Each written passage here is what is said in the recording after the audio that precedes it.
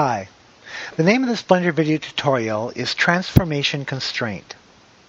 One of Blender's transform constraints is called the Transformation Constraint.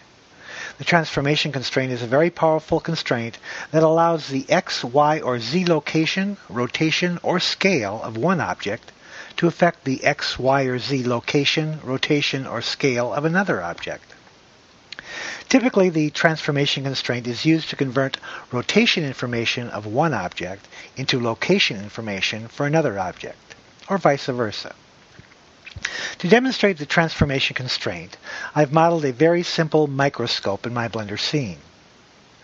For the sake of simplicity, I've joined most of the lower microscope components into one object named base. I have combined most of the upper elements of the microscope into one object named scope. The mechanism that controls the raising and lowering of the scope object consists of three objects. First, an adjustment knob and shaft. Second, a circle gear object. And third, a flat gear object named rack gear. The constraint challenge here is to constrain the Z-axis location movement of the rack gear to the Y-axis rotation movement of the circle gear. The circle gear has a diameter of 0.5 Blender units. This means that the circumference of the circle gear is about 1.57 Blender units, or pi times the diameter. The circle gear has 16 teeth. The rack gear is 1.57 Blender units in length, and the rack gear, like the circle gear, has 16 teeth. I'll select the rack gear and tab into Edit mode. I constructed the rack gear by using the Cut, Loop, and Slide tool to create 62 additional loop cuts to a plane object, making a total of 64 vertices, the same as the circle gear. I then, like the circle gear, selected two vertices in succession, skipping two vertices, and moving them outward to form the rack gear teeth. I will tab out of Edit mode. One additional construction element to observe with the rack gear is its axis direction. I'll go to the Object Data Editor and turn off my 3D Transform widget, and in the Display panel, checkmark Display Axis. Note that the positive Z-axis of the rack gear is pointing upward. To operate properly, the transformation constraint needs the object to have a positive axis pointing upward. We will see later that the transformation affects the positive X, Y, or Z axis. I'll turn off the Axis display and turn back on my 3D Transform widget. Now the first step in this process is to create a control empty object. I will place this control empty at the origin point of the circle gear. To do this, I'll select the circle gear object and then press Shift S or snap and snap my 3D cursor to the selected. This places my 3D cursor at the origin point of the circle gear object. I'll then press Shift A and add an empty object. I will name this object Control Empty. Now before I add a constraint to the circle gear, I'll apply the existing rotation. To do this, I will select the circle gear and press Control A and apply the rotation. This sets the X, Y, and Z rotation settings for the circle gear to 0, but retains any existing rotation adjustments. I will then, with the circle gear selected, go to the Constraints panel and add a Copy Rotation Constraint. In the target box, I'll select the Control Empty object. I will uncheck the X and Z rotation checkboxes, as I want the circle gear to copy only the Y rotation of the Control Empty. Now if I select the Control Empty and rotate it around its Y axis, the circle gear rotates in kind. I will select the Adjustment Knob and Shaft object and press Control A and apply the rotation.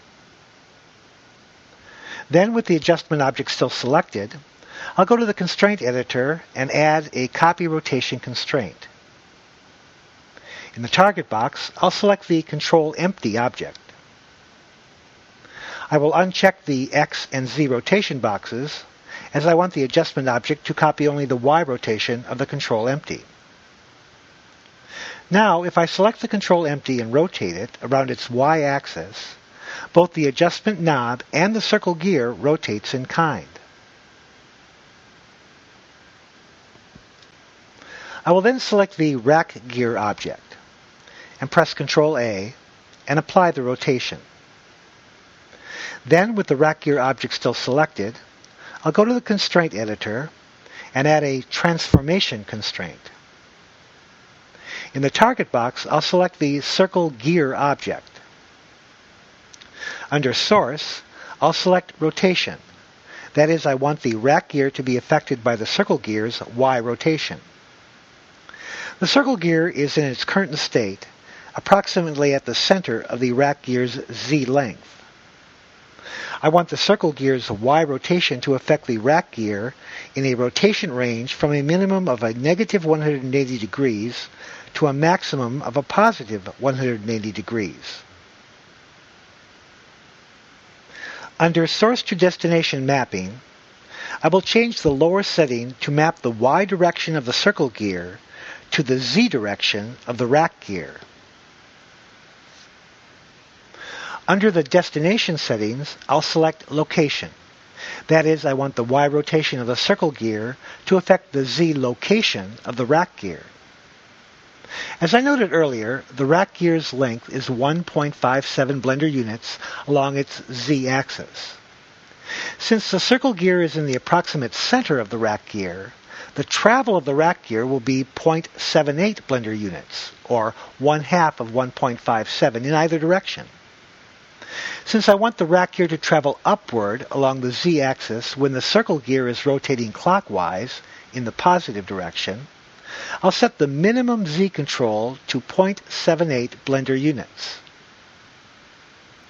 Since I want the rack gear to travel downward along the Z-axis when the circle gear is rotating counterclockwise in the negative direction, I'll set the maximum Z control to a negative 0.78 blender units.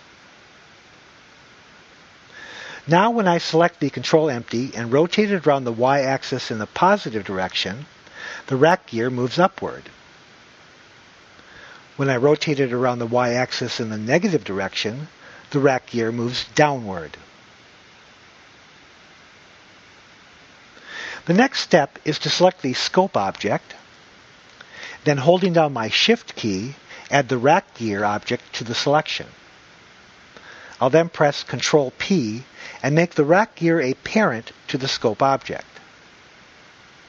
Now when I select the Control Empty and rotate it around its Y-axis, the whole Scope object, which is now a child of the rack gear object, responds logically, moving up and down through the Microscope base object. The animation timeline is currently set to 200 frames. I'll go to frame number 1. I will set the Y rotation of the Control Empty to 140 degrees. I'll then insert a rotation keyframe for the Control Empty at frame number 1. I'll then go to frame 100. I'll set the Y rotation for the Control Empty object to a minus 140 degrees. I'll then insert a rotation keyframe for the Control Empty at frame 100. I'll then go to frame 200. I'll set the Y rotation for the Control Empty object back to a positive 140 degrees. I'll then insert a rotation keyframe for the Control Empty at frame 200. I'll then go to frame number 1 and play the animation. The adjustment knob and the circle gear run through the rotation from 140 degrees to a negative 140 degrees and then back to a positive 140 degrees.